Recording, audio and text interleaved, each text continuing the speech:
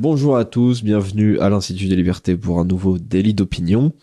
Aujourd'hui, on va parler, ça va être un petit peu dans la continuation finalement de ce dont on parle ces dernières semaines, c'est-à-dire qu'on a beaucoup évoqué cette espèce de déflagration politique qu'il y avait aux États-Unis, et c'est un peu finalement comme quand on regarde une explosion de très très loin. D'abord il y a la lumière, on voit cet énorme champignon qui arrive, et puis après il y a la déflagration physique, la dilatation de l'air, et on reçoit cette onde de choc finalement aujourd'hui un petit peu en Europe. Et cette onde de choc elle est présente notamment au niveau de la politique internationale, avec ce discours de J.D. Vance, alors faudra que je pense à le mettre dans la description, une version sous-titrée en français pour vous. Ce discours était déjà absolument brillant, d'une grande clarté. C'est quelqu'un, J.D. Vance, de très articulé, de très intelligent, et ça se voit. Et je pense que, visiblement, ça a perturbé énormément d'élites européennes qui, elles, ont évoqué une sorte d'humiliation de l'Europe. Et alors, j'étais pas tout à fait d'accord, parce que je fais une différence entre une humiliation de l'Europe et une humiliation de la technostructure européenne. Est-ce que c'était les deux, ou est-ce que c'était juste une humiliation de la technostructure ? Non, c'était une condamnation ferme et sans appel de la technostructure, et un appel de J.D. Vance à l'Europe de retrouver ses racines. C'est un peu ça, oui. Non pas ses racines chrétiennes, quoique. Parce qu'il est très chrétien, il s'est converti au catholicisme en 2019, je crois. Mais à ses racines spirituelles, philosophiques, etc., qui est la primauté de l'individu sur le groupe, et ce qui suppose la liberté d'expression. Et ce qu'il a dit de très fort, au sens où ça fait mal, c'est qu'il a dit aux élites européennes, mais cessez d'avoir peur de vos peuples. Oui, absolument. Et ça, c'est une phrase remarquable, parce que on retrouve toujours la même notion, n'ayez pas peur. Mais là, il dit, vous gouvernez contre une partie de la population que vous n'admettez pas dans votre population comme susceptible d'être partie à la discussion. Et ça, c'est-à-dire, c'est un déni à la fois de nos racines et de notre système politique, parce que, par définition, tout le monde a le droit de dire ce qu'il veut, y compris des bêtises. Oui. Effectivement, c'est vrai que c'était un appel à la liberté, alors à la liberté d'expression, mais aussi à la liberté de manière générale. Et d'ailleurs, il l'avait fait aussi dans la conférence de Paris par rapport à l'intelligence artificielle, où en fait... il avait dit ne réglementez pas. Voilà, c'est-à-dire que c'était arrivé, cette conférence de Paris, dans un contexte un peu particulier, où il y avait l'IA française Mistral qui venait d'émerger, et qui était bien placée sur l'Apple Store, donc il y avait un certain succès. Et derrière, Macron s'est en quelque sorte réapproprié cette réussite, un peu comme si c'était lui qui l'avait fait, ou du moins qui l'avait permise. Et derrière, il a annoncé des investissements de l'État de 100 milliards dans l'intelligence artificielle. Dont on n'a pas le premier sou. Et J.D. Vance, en fait, est arrivé en disant, mais... vous n'avez rien compris à comment ça fonctionne. C'est-à-dire que le domaine de l'intelligence artificielle n'a pas besoin d'intervention de l'État. Elle a besoin, au contraire, d'une restriction de l'État par rapport à lui-même. Et d'ailleurs, c'était dans le contexte de cette conférence qu'on apprenait que potentiellement, même c'est à peu près certain à 100%, cette IA française, Mistral, ne respecte pas les RGPD européens. Donc en fait justement on voit un succès français, et comme par hasard il ne respecte pas qui a été mis en place par qui? Par Monsieur Breton, par Van der Leyen, etc. Par Van der Leyen, et à qui Monsieur Vance a parlé 2 fois dans sa conférence de presse pour dire que ce qu'il faisait c'était que des grosses bêtises, quoi.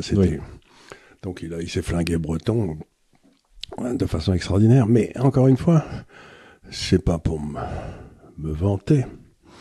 Mais enfin, si vous reprenez le livre que j'ai écrit il y a un an qui s'appelait « La vérité vous rendra libre », je disais que c'était une tentative de prise de pouvoir par une espèce de technocratie qui pensait être sa chance, et elle devenait de plus en plus légale et de moins en moins légitime, et que ça allait s'écrouler très rapidement, comme toutes ces tentatives se sont toujours écroulées dans l'histoire, comme l'Union soviétique, comme tous ces empires fondés sur les soi-disant sachants s'écroulent toujours.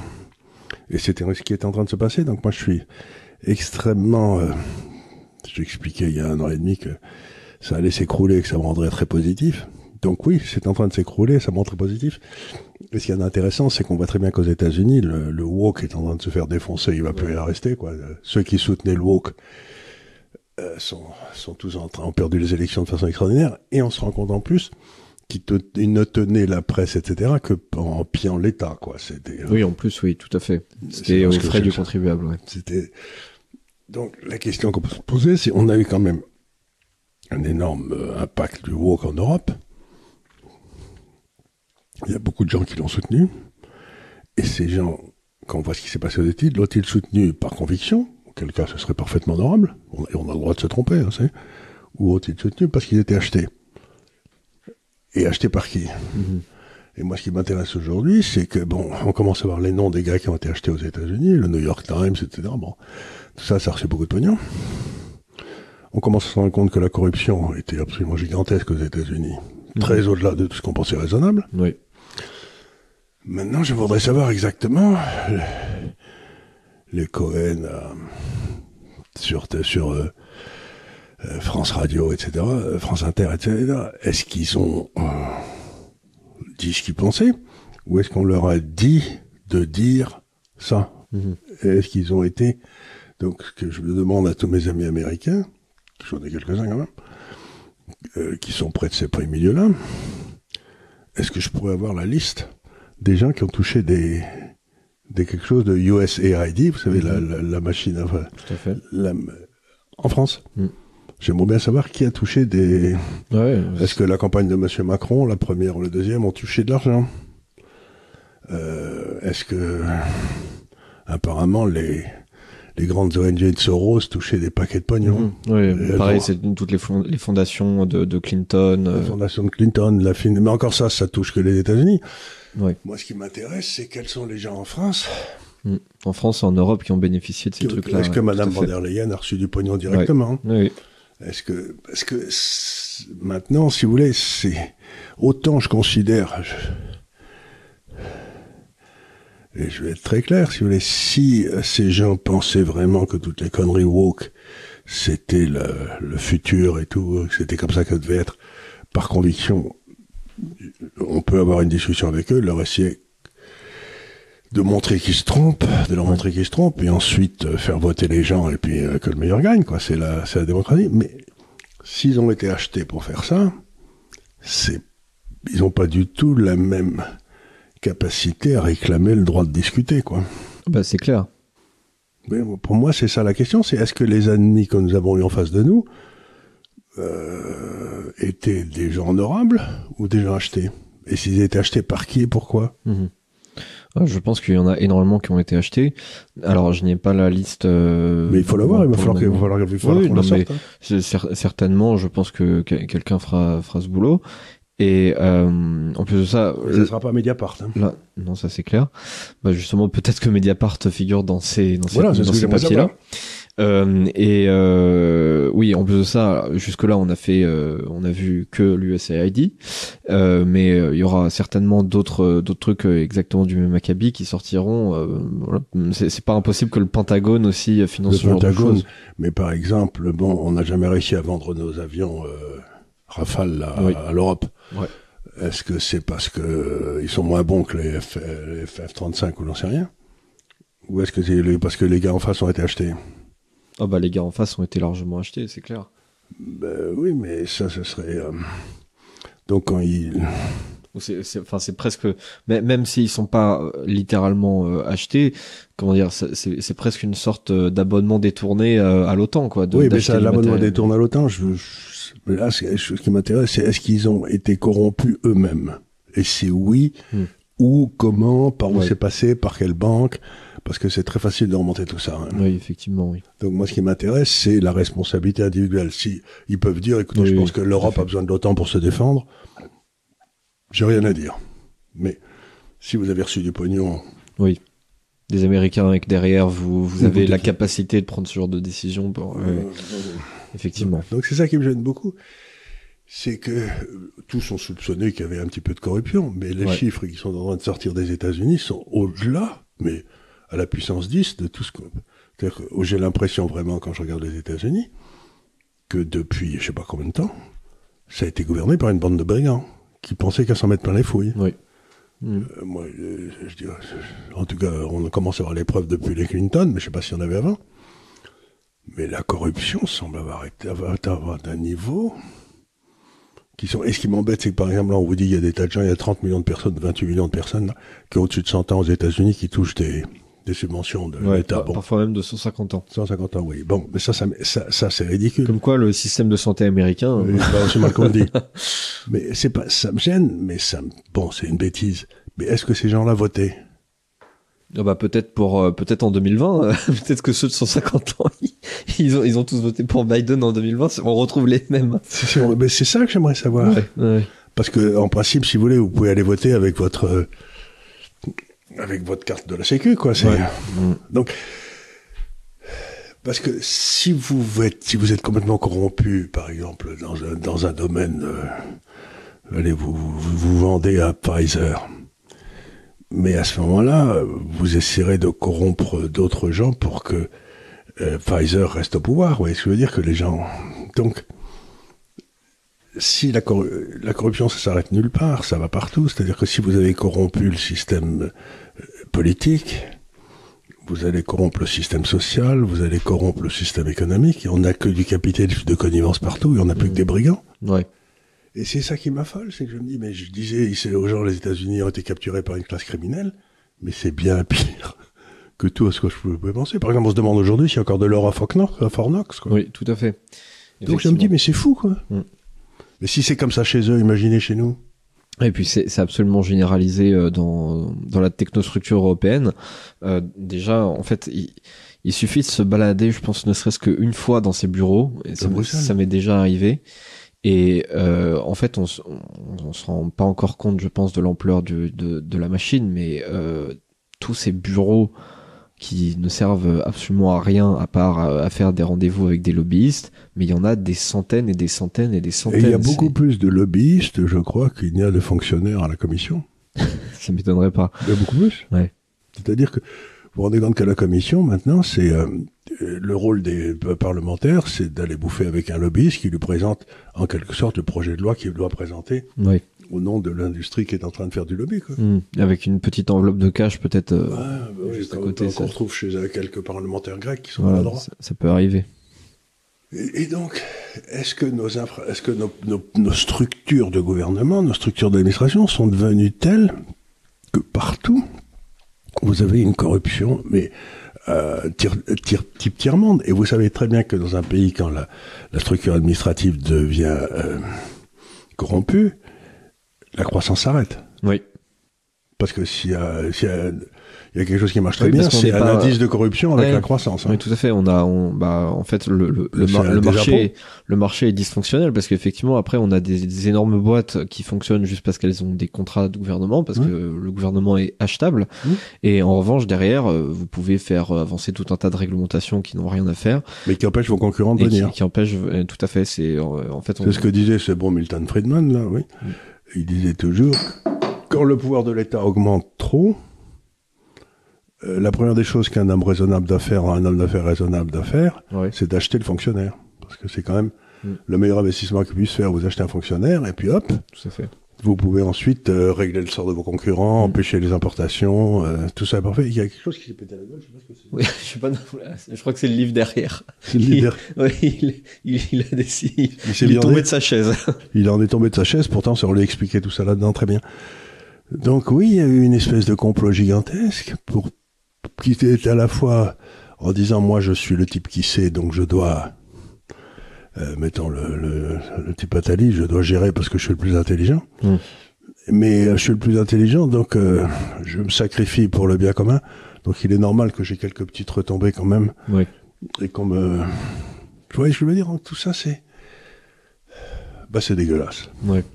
Oui, en fait, on se rend pas compte. Je pense que on a un esprit, et c'est tout à fait normal. En tant qu'Européens, on doit croire à la démocratie, et donc on doit se dire non mais ces gens-là, ok, peut-être il y a des quelques brebis galeuses. Voilà, quelques brebis galeuses, quelques mauvais petits canards. Si c'est tout le système qui est corrompu. La structure en elle-même repose sur des bases extrêmement malsaines, ouais. Mais voilà, et donc si c'est tout le système qui est comment un peu, donc on comprend pourquoi personne ne fait de la politique non plus, parce que s'il faut faire de la politique, il faut rentrer dans ces espèces de combines à la noix. Et si vous êtes un honorable, vous dire non, je vais pas faire ça. Bah oui, évidemment. Donc vous vous retrouvez qu'avec des crapules, quoi. Mais c'est ça qui m'embête, si vous voulez, c'est que on en avait fait le diagnostic ici, on dit il y a de la corruption partout et tout. Mais ce qui me paraît affolant, c'est ce qui sort des États-Unis. J'hésite même à le croire. Tellement c'est monstrueux. Ouais. On parle de... Oui, c'est difficile à croire parce que moi j'ai un esprit extraordinairement anticomplotiste là-dessus, Oui. où à chaque fois je me dis non mais c'est pas possible, ou alors on exagère, ou alors c'est vraiment un cas très isolé. Et puis parfois il faut savoir aussi affronter. Alors il faut pas non plus tout croire ce qu'on voit, mais il faut aussi regarder la réalité. Des informations qui sont données par des gars qui apparemment ont accès aux données, quoi. Oui, quand vous avez une information qui a été confirmée, puis reconfirmée, au bout d'un moment, oui, on peut commencer à la croire. Et vous voyez le Parti démocrate aux États-Unis qui dit c'est scandaleux, ils vont virer des fonctionnaires, regardez et tout. Mais si les mecs sont des crapules et ils ont laissé dérouler des crapuleries, il faut pas simplement les virer, il faut les mettre en tôle. Les prisons des États-Unis vont devoir accueillir un nombre de gens considérable. C'est ce qui semble émerger de ce que fait Musk. Et encore, il a à peine commencé à gratter parce que ça fait une semaine qu'il est dessus, ou 10 jours. Et là, jusque-là, on n'a parlé que de l'USAID. C'est juste une agence parmi d'autres. Le Pentagone, là, 900 milliards de budget, et ça fait quoi, 4-5 ans? Même, attendez, oui, c'est depuis le père Bush, hein, donc ça doit faire plus de 4-5 ans, qu'ils n'ont pas eu un seul audit confirmé. C'est-à-dire que les auditeurs ont toujours refusé depuis le début des années 90. Depuis le début des années 90, ils ont toujours refusé de donner un blanc-seing au compte qu'on leur présentait. Et là, refusé. Mais je signale que l'Europe n'a jamais été non plus reçu un audit. C'est clair. Donc, et oui, effectivement, l'équipe du Doge voudrait auditer le Pentagone. Et l'objectif, c'est apparemment selon l'administration américaine, c'est de réduire les dépenses du Pentagone de 8% par an. Alors, je sais pas s'ils ont indiqué le nombre d'années, mais enfin au moins de 8% par an pendant les prochaines années, quoi. Déjà, pour faire un petit. Et probablement faire monter la rentabilité, parce qu'on a bien vu.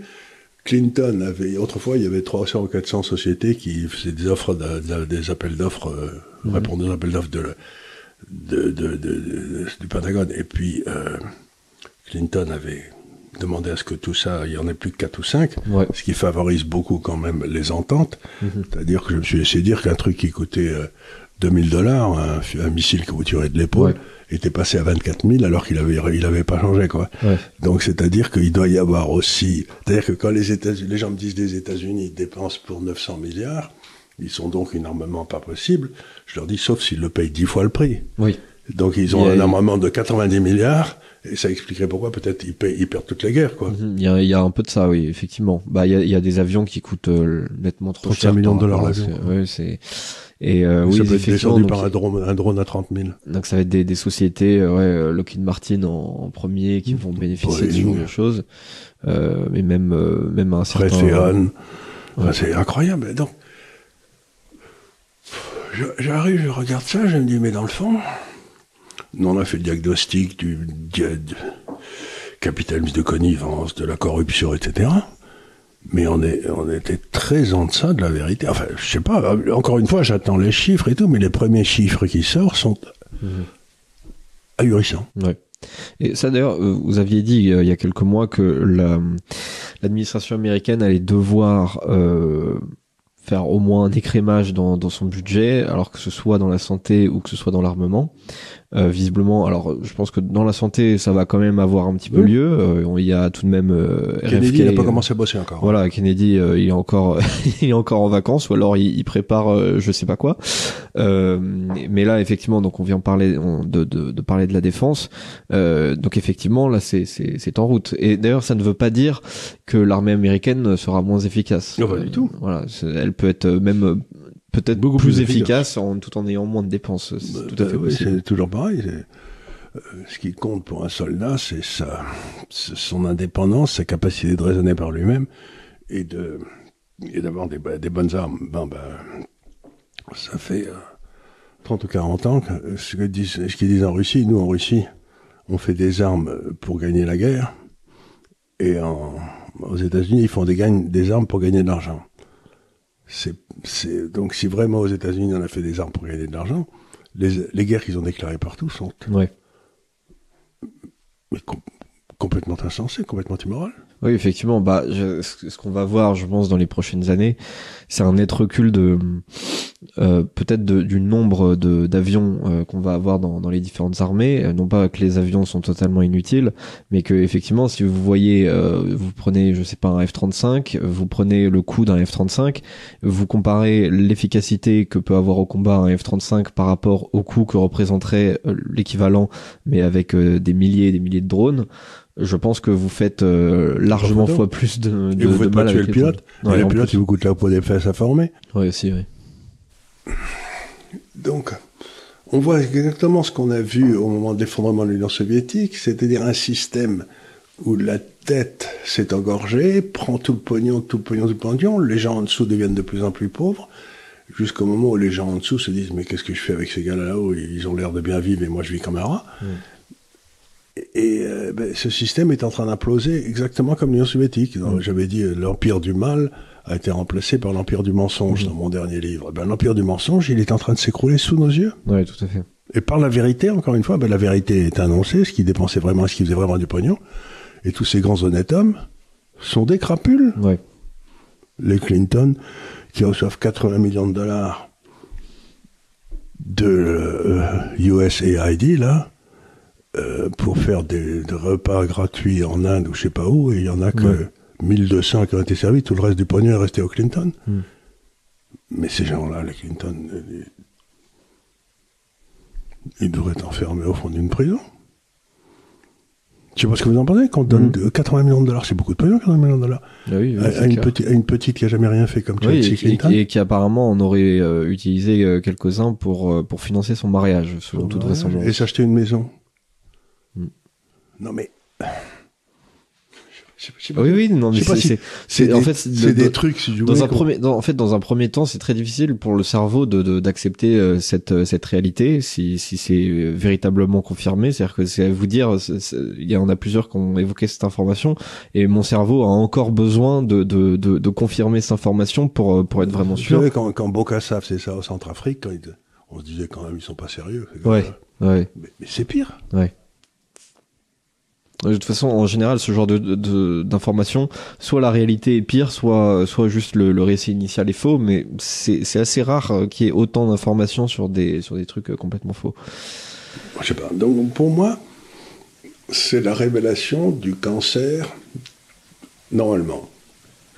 Quand l'Union soviétique est tombée, si on avait été avec des gens normaux au pouvoir, on aurait dit, bon, ben les gars, l'OTAN, ça sert à rien, on n'a plus de danger. On supprime l'OTAN, on coupe les dépenses militaires, on arrête les conneries comme la tentative de construction européenne parce qu'on n'a pas besoin d'un grand État, chaque petit État peut se protéger, et que le meilleur gagne, quoi. Ça veut dire revenir vers une société de liberté. Pas du tout, on est allé vers une société qui s'est figée de plus en plus, qui a fait de plus en plus de règles, de règlements, et on comprend pourquoi, c'est que dans le fond, ils cherchaient à s'enrichir personnellement. Ce qui est inouï. Oui, effectivement, on a une microclasse qui profite littéralement d'un point de vue financier de ce genre de truc. Et qui a profité de façon financière. Ils étaient tous ce que je comprends pas non plus, c'est que si je veux te faire transférer 5000 € de mon compte à Hong Kong, parfaitement légal, à mon compte en France, je dois mettre des drapeaux bleu, blanc, rouge, demander pardon, enfin bon. 14 formulaires. Et là, ces gars-là, ils ont donc touché des centaines de millions de dollars, mais... Oui, mais c'est de l'argent beaucoup plus propre parce que Mais où est-il cet argent? Parce que aujourd'hui, si vous voulez, tout l'argent se passe par le système de paiement SWIFT. Oui. Partout. Et ça, c'est complètement sécurisé. C'est-à-dire que vous voyez d'où l'argent arrive. Oui, on retrouve les et ensuite, vous pouvez suivre toutes les transactions qu'il a fait. Donc, vous pouvez savoir que cet argent, il est parti de la trésorerie américaine et qu'il a terminé, après de nombreux passages, pas partout, dans une île des Caraïbes. Ouais. Mais cette île des Caraïbes ne peut pas recevoir ce genre d'argent sans que la trésorerie américaine soit au courant, parce que si vous arrivez aujourd'hui avec 30 millions de dollars dans une île des Caraïbes en disant je vais ouvrir un compte ici, ils vous envoient péter en disant cher ami, 30 millions de dollars, dites-nous d'où ils viennent, etc. Donc ça veut dire que les gens qui étaient à l'origine du pognon prévenait ceux qui allaient poser des questions à l'île des Caraïbes qu'il fallait pas poser de questions. Ouais. Ouais, ce que je veux dire, c'est que c'est dans le temps, la corruption, ça passait toujours à un moment ou à un autre, parce que j'appelais la rupture physique, c'est-à-dire que vous arriviez avec des valises de billets. Vous preniez des valises de billets, je sais pas, chez Lombardier, vous traversiez la rue, vous alliez chez UBS, et vous déposiez les billets. Oui. Mais donc, le passage physique faisait qu'il y avait une rupture du lien. Là, c'est plus possible. Oui, là, tout est informatique. Tout est informatique, donc vous suivez les 0 et les 1 partout où ils sont. Ouais. Donc, ce que je veux dire, c'est que s'ils le veulent vraiment, ils vont remonter tous les circuits de corruption. Par exemple, on saura peut-être ce qui est arrivé, la fameuse commission que M. Macron a touchée pour la vente d'Alstom. Du truc, quand il était chez Rothschild, vous savez, de l'eau minérale, ou je sais pas quoi, avec Nestlé. Ouais. Donc, si c'est le cas, s'il y a une volonté politique de remonter toutes ces... en quelque sorte, pour faire crever l'État profond une fois pour toutes, je comprends qu'il y a des gens qui doivent commencer à avoir la trouille. Hein. C'est clair. J'ai noté 2 choses très intéressantes. C'est l'augmentation de la recherche Google pour un avocat à Washington DC. Alors d'un seul coup, depuis 2 semaines à peu près, le nombre de recherches, donc le terme lawyer, tu vas avoir besoin d'un avocat. Je crois que ça a été multiplié par 4 par rapport à la normale. Et puis ce qui est très intéressant, c'est alors ça veut pas forcément dire que vous êtes corrompu, mais il y a énormément de ventes de logements aussi à Washington DC. Donc le prix du mètre carré à Washington DC est en chute libre actuellement. Mais ce qu'il y a d'intéressant, c'est aussi quand on regarde Washington DC, c'est que sur les 3 ou 4 comtés les plus riches des États-Unis, il y en a 2 qui sont autour de Washington ou autour de Washington. Or, ils produisent rien. Oui, absolument. Si vous êtes à côté de San Francisco, là, dans la Silicon Valley, le mec il produit des tas de trucs, il se passe des choses, tandis que là, il n'y a rien si ce n'est la corruption. Ouais. Corruption, captation de l'argent du contribuable, c'est que ça. Donc c'est quand même étonnant que l'endroit le plus riche, c'est l'endroit, vous me direz, le 6e et le 7e à Paris, ça doit être les arrondissements les plus chers aussi à Paris. Oui, maintenant c'est pas nouveau ça. Oui, maintenant c'est plus cher que le 16e, le 6e, donc oui, tout à fait. Ce sont les quartiers qui sont les plus enrichis depuis 20 ans.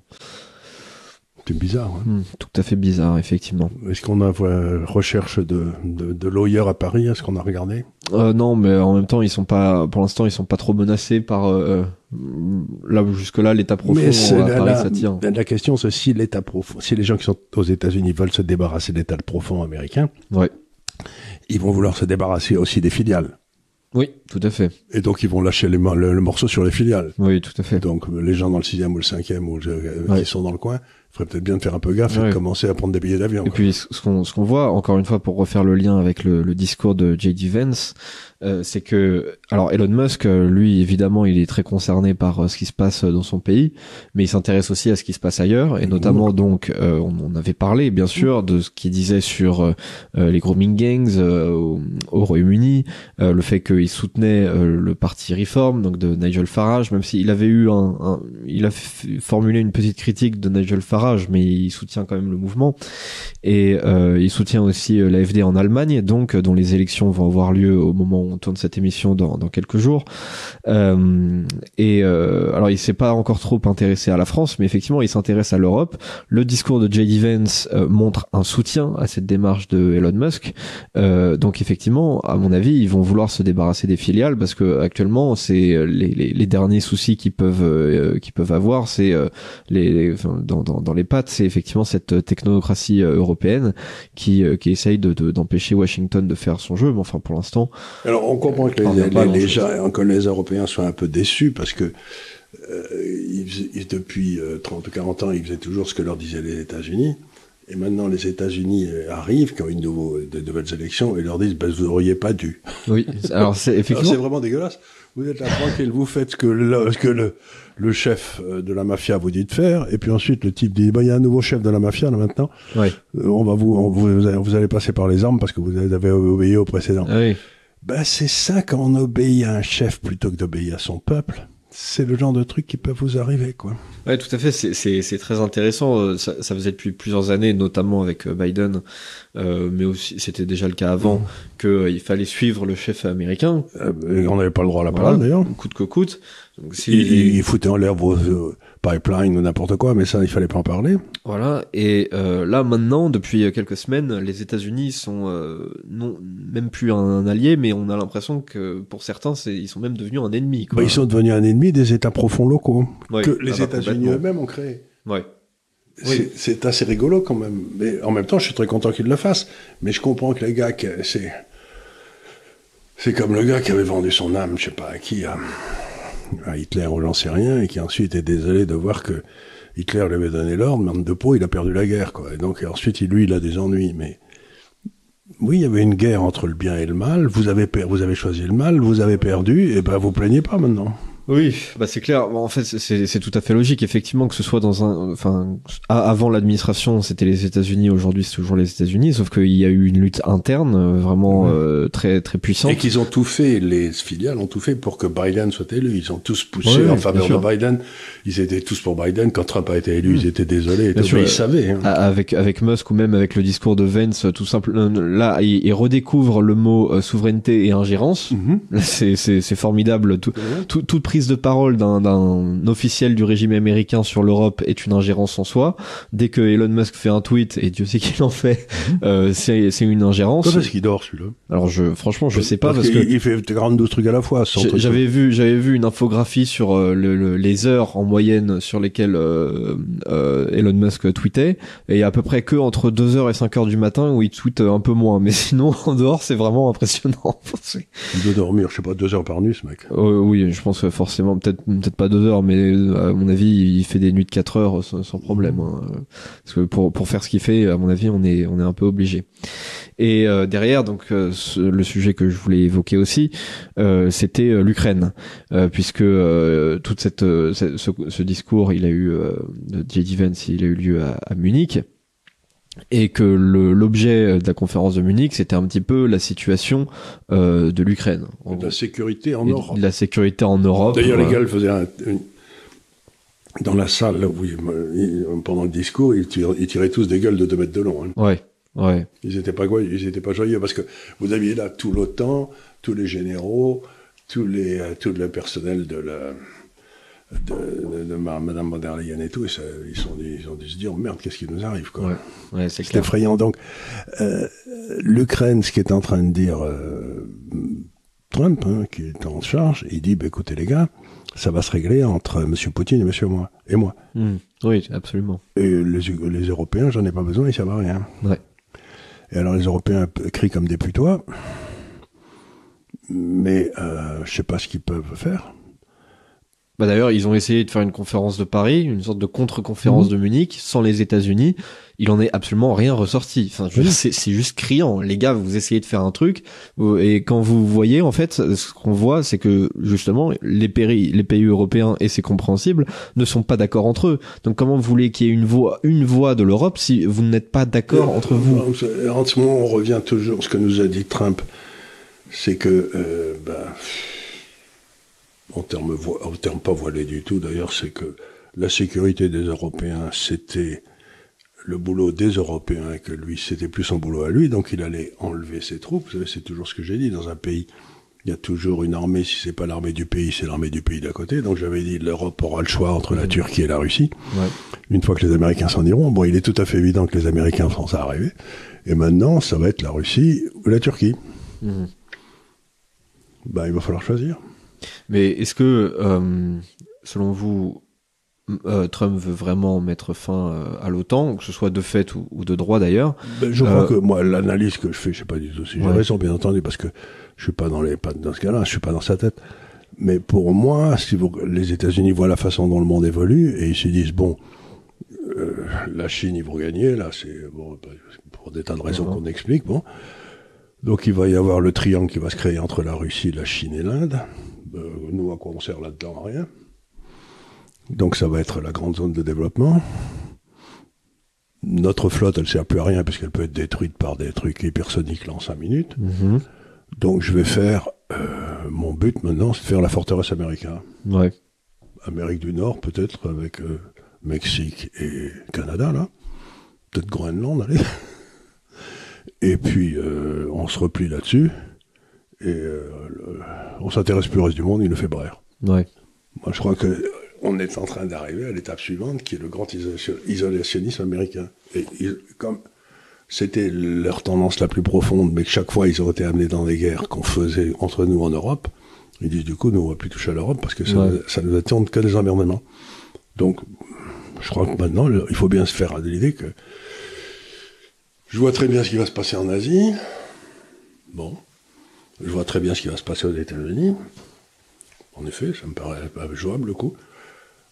Je vois pas du tout ce qui va nous arriver en Europe, parce que nous, on est resté sans aucune protection extérieure, et on n'a pas de protection extérieure, et on n'a pas d'énergie. Et on a suivi des politiques énergétiques débiles. Aujourd'hui, on a l'énergie la plus chère du monde, les réglementations les plus importantes du monde, et le coût du travail le plus important du monde. Bon, ben ça veut dire que on n'est pas vraiment, je veux dire, on est parti sur une espèce de truc qui était de sauver la planète. C'était ça le projet européen. Ouais. Mais aujourd'hui, je crois qu'ils ouvrent 60 centrales à charbon par an en Chine et autant en Inde. Donc sauver la planète, tout le monde s'en fout, quoi. Donc sauver la planète, ça veut dire que je sais pas ce qui va se passer en Europe, parce qu'on a mis tout notre propre personnel diplomatique, tous nos efforts, etc., à sauver la planète. Le truc à zéro. Et tout le monde, ce qu'a dit dans son dernier discours Trump, c'est que le niveau zéro, c'était complètement imbécile. Ouais.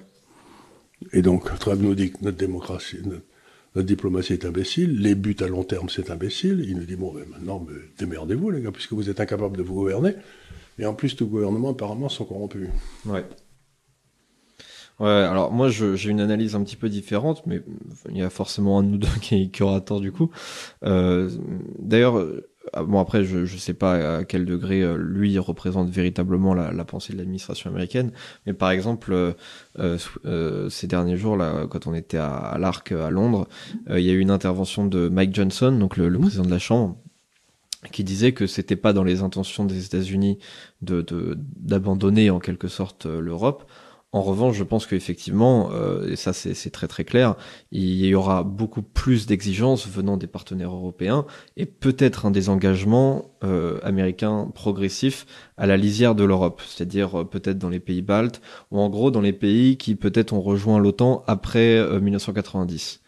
Ensuite, le reste, je ne sais pas, mais c'est clair que il y aura des relations un petit peu plus bilatérales. Pour rester, que les États-Unis restent dans l'OTAN, il faut qu'on paye 3% de plus par an de notre PIB à la défense. Ouais.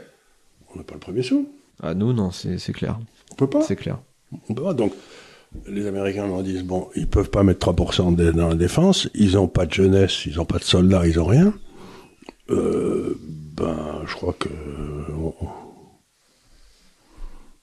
même l'Angleterre, qui était les États-Unis sur la projection naturelle de l'Angleterre, est en train de tourner mal avec le Premier ministre actuel, il s'oppose aux États-Unis. Donc même l'Angleterre, qu'on considérait comme notre mère, est en train de nous trahir. Donc, je quitte l'Europe et je leur dis merci beaucoup. Hein. Ouais. Pour moi, si vous voulez, il est tellement évident que les États-Unis vont devenir la forteresse américaine, et puis l'Asie va se développer autour de cette espèce de triangle gigantesque là, et que le centre financier sera Hong Kong. Je regarde l'Europe, je dis qu'est-ce qu'on a à offrir ? Actuellement, pas grand-chose. On a un énorme potentiel, notamment la France d'ailleurs.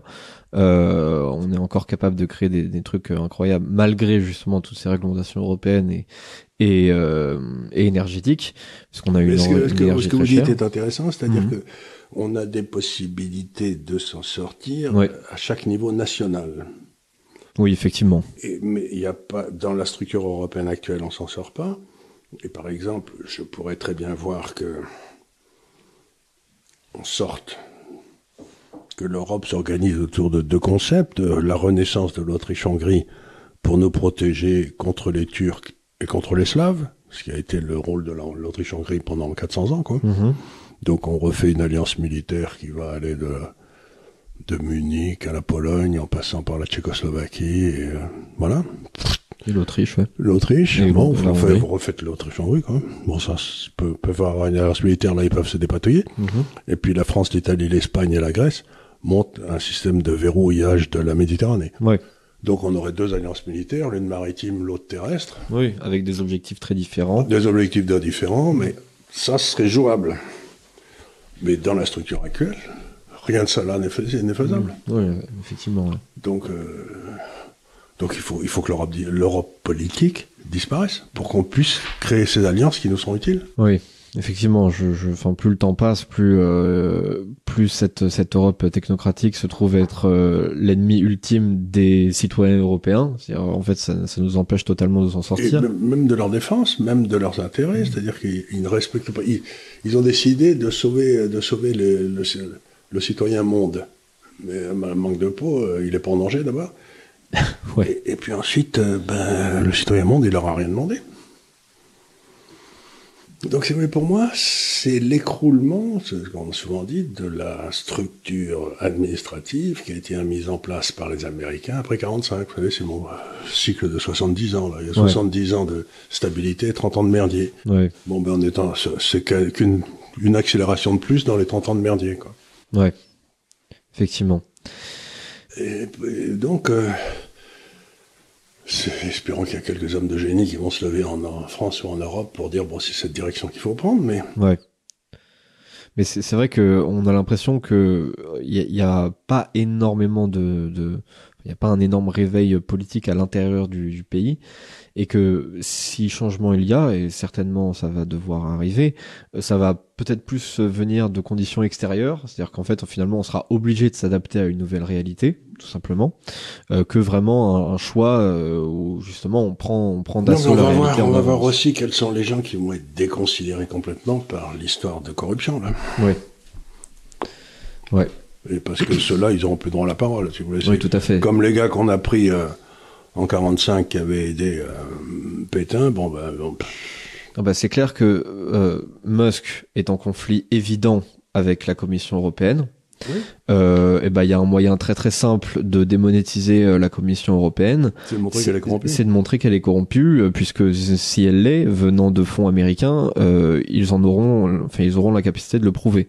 Donc voilà, le choc peut venir encore une fois de l'extérieur par rapport à ça. C'est-à-dire, est-ce que la grande question qui va se poser pour la construction européenne, c'est est-ce que les Américains aujourd'hui veulent détruire ce qu'ils ont créé et qui ne nous intéresse plus? Ouais. S'ils le peuvent, ils le feront en 5 minutes. Oui. Mais à mon avis, ils le peuvent, ils ont toutes les preuves. Oui, ils le peuvent, et à mon avis, ils le veulent aussi. Ça c'est le grand truc qui a changé par rapport à avant. Attendez-vous donc à des grands changements et à la renaissance des souverainetés nationales. Mais ça, on va voir comment ça se passe. Il y a des pays qui sont déjà organisés pour ça, la Hongrie, la Pologne, d'une certaine façon, peut-être l'Autriche. On va voir les élections en Allemagne, si Madame Alice, je sais plus quoi. Alice, Verdel, je crois. Si elle fait parce que ce qu'a fait Vance, c'est qu'il a donné la permission aux citoyens allemands de base de voter comme il l'entend. De voter pour Alice s'il en avait envie. Oui, effectivement. Et ça n'a pas dû tomber dans l'oreille de gens qui étaient sourds. Oui, tout à fait. Je pense que si l'AfD fait plus de 25%, ce qui semble être véritablement une possibilité, ce sera un vrai choc politique pour l'Allemagne, et la CDU sera un peu obligée de gouverner avec elle, ou alors aux prochaines élections, la CDU fera 15% et l'AfD fera 35%. On se retrouvera dans le...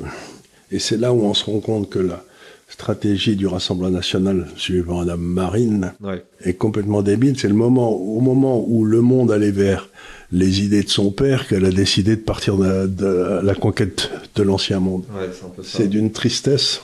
C'est un peu ça, effectivement. Alors, je comprends le jeu politique qu'elle joue à un certain degré, mais jusqu'à un certain degré. C'est-à-dire que peut-être par exemple, faut s'abstenir quand on nomme cette crapule président du Conseil constitutionnel, on ne pourra pas croire que c'est pas une erreur politique. C'est vraiment se foutre du monde. Là-dessus, véritablement, je suis tout à fait d'accord avec vous, mais je vais me faire tout de même l'avocat du diable pour l'exercice. C'est que ce qu'ont évoqué certains justifiant cette position du Rassemblement national, c'est que peut-être si le RN s'opposait à la nomination de Richard Ferrand, donc à la présidence du Conseil constitutionnel, alors peut-être que Macron se tournerait plus vers la gauche pour faire nommer un président. Mais on s'en fout, ça. Je veux dire, c'est pas le problème, ça, encore une fois. Ouais. Vous n'avez pas de raison de trahir parce que l'autre va trahir encore plus. Oui, en l'occurrence, c'est un peu ça le raisonnement. Non, ouais. non, moi je vais me précipiter pour aider les Allemands parce que sans ça, il y en a qui vont être encore plus traites que moi et qui vont me non, que votre oui soit un oui, que votre non soit un non. Donc pour moi, si vous voulez, on est en train d'arriver à la fin de cette ère du mensonge et nulle part le mensonge n'a été plus prégnant qu'en France. Ouais. C'est ça qui m'intéresse, c'est que voilà, c'est le pays où ce mensonge doit exploser. Ouais. Et ce qui me désole, c'est que le Rassemblement national se soit dit, moi aussi, je veux faire partie du mensonge parce que sans ça, j'arriverai jamais au pouvoir. Ouais, oui, c'est un peu ça la stratégie, ouais, effectivement. Ben, c'est idiot parce que le but, c'est pas d'arriver au pouvoir, c'est de proclamer la vérité, quoi. Oui, tout à fait. C'est-à-dire, il y a un peu un côté, je me rapproche du pouvoir actuel tel qu'il est pour me faire bien voir et pour espérer qu'un jour on me laisse faire joujou avec l'État. Mais rien n'est moins sûr. Rien n'est moins sûr. Si vous voulez, le but, c'est pas... Je me souviens de Chirac qui voulait absolument être président de la République. Oui. Bon, il a tout fait, il a fait toutes les saloperies, tous les trucs, et puis quand il était président de la République, il a rien fait parce que son but, c'était d'arriver au pouvoir. Mais pour en faire quoi? Ouais. Rien. Tout à fait. Absolument. Donc, si vous voulez, le but, c'est pas d'arriver au pouvoir, c'est un but à la con. Le but, c'est d'arriver au pouvoir pour faire quelque chose, oui, bien sûr. Et donc, et là, mais, vous voyez le Rassemblement national qui se fait on a l'impression de se retrouver sous la troisième avec les rats de soc, quoi. Ouais. Leur but, c'est d'être, vous savez, les radis, là, toujours près de l'assiette au beurre, quoi. Ouais. Oui, c'est vrai, c'est extrêmement frustrant, et en plus de ça, parfois, alors, justement, quand on voit ce genre de choses... il y a Ciotti et il y a le maire de Cannes qui effectivement. Qui s'ajustent, qui ont les bons discours. Oui, j'apprécie la proposition de Ciotti, effectivement, ouais, effectivement, tout à fait. Donc, mais ils se tiennent dans une cabine téléphonique, hein, Oui. Mais c'est vrai qu'il y a encore un potentiel de croissance d'une droite un peu comme ça, en fait, d'une droite véritablement de droite, finalement. Mais une droite qui dit sa vérité, qui dit ce qu'elle pense, qui essaye pas qui ne cherche pas la respectabilité, plaire à l'autre. Ouais, tout à On fait. a marre de plaire à ces gens de gauche. Pourquoi vous leur plairez? Ils sont tous corrompus, achetés, dégueulasses. C'est ça qui va être bien avec ce brave Jean-Marie Le Pen, qui me faisait toujours rigoler, bien qu'il faille pas le dire, mais enfin moi je le trouvais marrant, parce qu'il disait ce qu'il pensait. Ouais. Et donc ça me disait, il exagère, mais c'est pas... Mais il ouvrait sa gueule, tandis que ce truc de dire, faut fermer sa gueule, parce que sans ça on va fâcher les cons...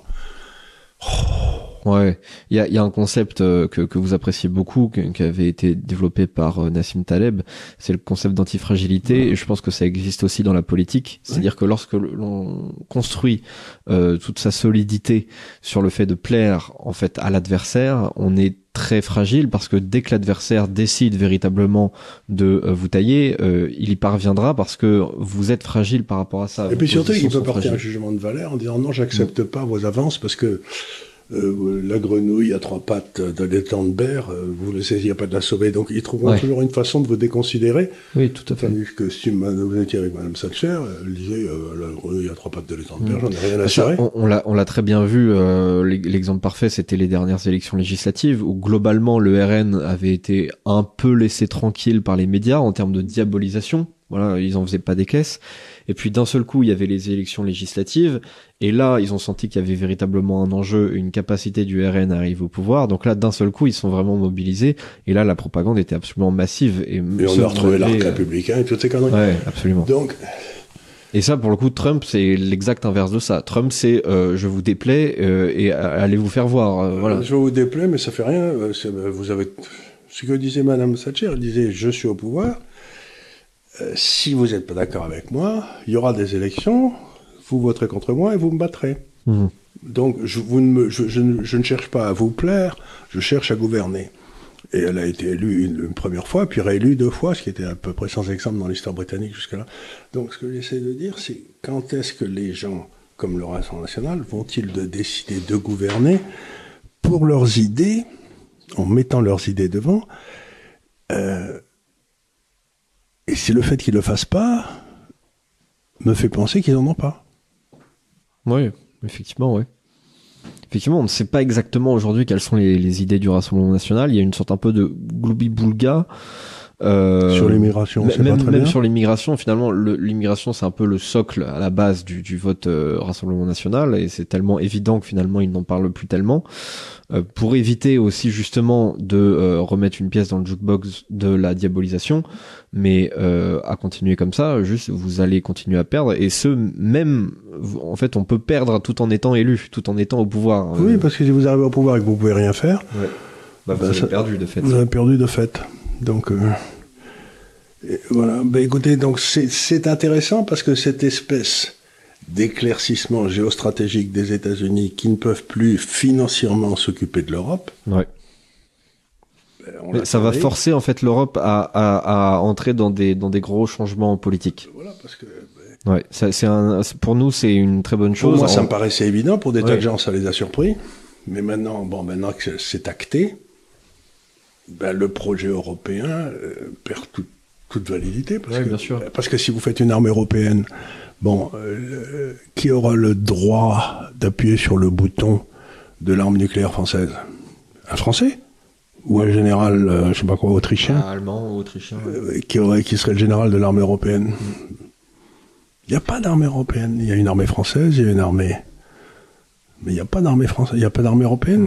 Et il ne peut pas y avoir de force de frappe nucléaire européenne. Parce qu'il n'y a pas de président de l'Europe. On ne va pas donner la charge à Mme von der Leyen d'être qui peut appuyer le bouton sur notre force de frappe. Donc, si vous voulez, on retrouve la vérité, c'est que les nations existent. La défense de la nation, ça existe. Ça suppose des investissements, ça suppose des sacrifices. Et on ne le fera pas au niveau européen. Ouais. C'est la fin de l'Europe de Jean Monnet. Oui, c'est tout à fait une possibilité, et même c'est de plus en plus certain, et ça peut arriver très vite. C'est en train d'arriver. Ça peut arriver très rapidement. Nous, au niveau national, on n'a pas l'impression de voir des grands changements s'opérer, parce que dans le quotidien, il se passe littéralement rien. Mais effectivement, c'est le genre de choses qui peut arriver très vite. On l'a vu aux États-Unis. Et en plus de ça, ce qui se passe aux États-Unis est un énorme accélérateur. Alors, à court terme, c'est le genre de choses qui peut nous rendre peut-être plus pauvres, mais à long terme, c'est ce qui nous rendra plus riches et plus libres surtout. Plus libres. Et plus pauvres, on est déjà plus pauvres à cause de toute cette dette imbécile qu'on a accumulée. Oui. Mais dès le moment où on sera plus libre, on tiendra en état de remonter. Mais là, le système de la dette qu'on a accumulée fait qu'on ne peut que baisser. Donc, si vous voulez, tout le monde est négatif, les femmes cessent de faire des enfants.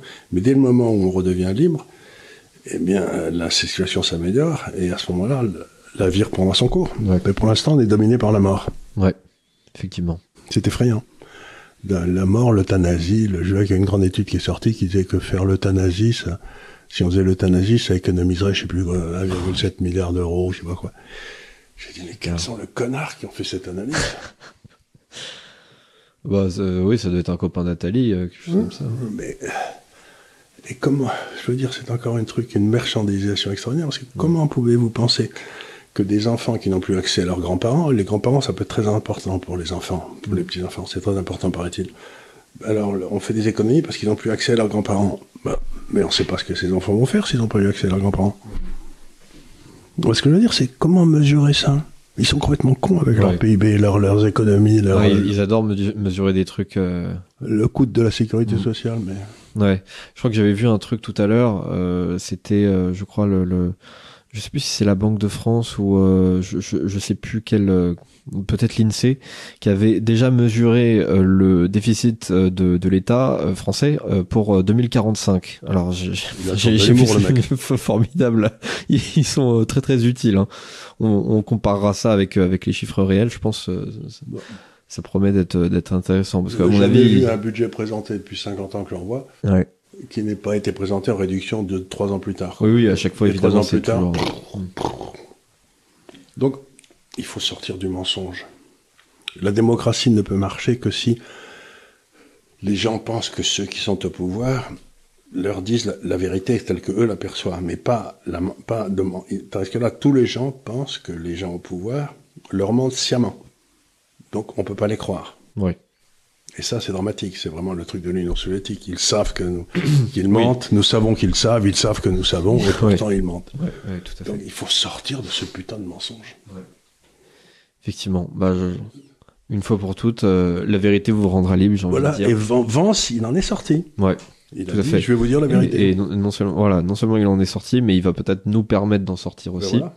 Donc voilà, tout ça évidemment c'est une très mauvaise nouvelle pour les von der Leyen ou autres de ce monde, mais je pense que pour nous Européens, en fait, ce qui est formidable, c'est que ce que Vance a dit à ces technocrates, c'est exactement ce que nous on veut faire avec ce continent et surtout en fait avec notre pays. Et, si tous les pays font ça, ce sera le cas aussi à l'échelle du continent. Mais effectivement, on devrait avoir une armée digne de ce nom. Pour ça, il faut quand même être capable de faire des économies, c'est-à-dire que mettre 3% du PIB dans la défense, c'est très bien, mais si vous êtes déjà en déficit de 6%, c'est un peu compliqué. Il faut peut-être essayer de récupérer 4 ou 5% de ceux-là qui servent à rien. Ouais. Et je suis persuadé qu'il doit y avoir une corruption qui est au moins équivalente à celle de l'État américain. Oui. Donc, oui, en termes relatifs, oui, tout à fait, c'est clair. Et pareil, toute l'histoire de rétablir une certaine liberté et d'écouter le peuple. C'est un petit peu ce qu'on dit sur cette chaîne quand même depuis des années, quoi. Donc ça je crois qu'on peut pas dire le contraire. Oui, j'aurais pu l'écrire, le discours de Vance. J'aurais été très fier si je l'avais écrit, mais grosso modo, c'était des idées qui me sont chères. Ouais, absolument. Donc pour nous, c'est une très très bonne nouvelle. Voilà. Je crois que c'est à peu près tout ce que je voulais évoquer sur ce discours et sur ce qui se passe dans le monde de manière générale. Je crois que vous avez pas mal discuté de cette conférence de l'Arc ce matin. Qui aussi travaille sur tous ces sujets-là et qui est un signe de renaissance intellectuelle aussi. Voilà, exactement. C'était assez rafraîchissant et en fait on voit à quel point on peut avoir des grandes similitudes avec des gens du monde entier, notamment du monde occidental. Voilà, et alors on s'est rendu compte, j'étais très content. Ouais. Et on s'est rendu compte à ce moment-là dans l'Arc, quelque chose qui est très intéressant, c'est que je vous ai beaucoup parlé ici de l'Institut de formation politique, vous savez, d'Alexandre Peset, tout à fait. Et qui a fait monter cette espèce d'école où on apprend aux jeunes qui veulent apprendre des choses intéressantes et tout. Et les anglo-saxons se sont rendus compte qu'ils n'avaient pas d'institut de formation politique. Ouais.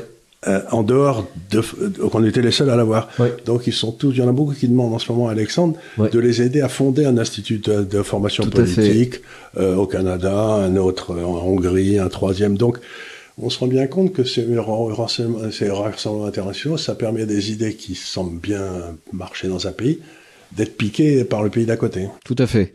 Effectivement, il y a une bonne circulation d'idées et Alexandre a pu faire un discours donc au moment où on tourne, c'était hier matin.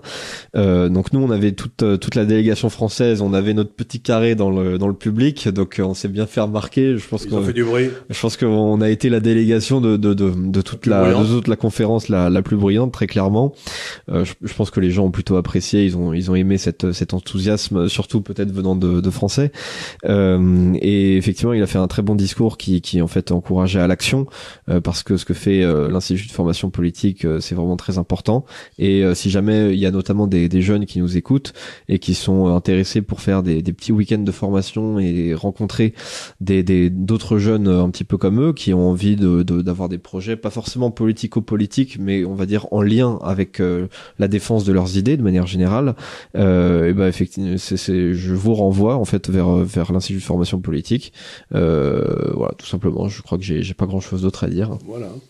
Merci beaucoup. Merci beaucoup. Et puis là, on va enchaîner avec une vidéo sur l'Université de l'Épargne. Donc voilà, encore une fois, voilà. Si jamais vous voulez nous rejoindre sur l'Université de l'Épargne, changer de veste pour faire croire que c'est un autre. Voilà, c'est grandement autorisé et même encouragé. Merci beaucoup. Et merci beaucoup.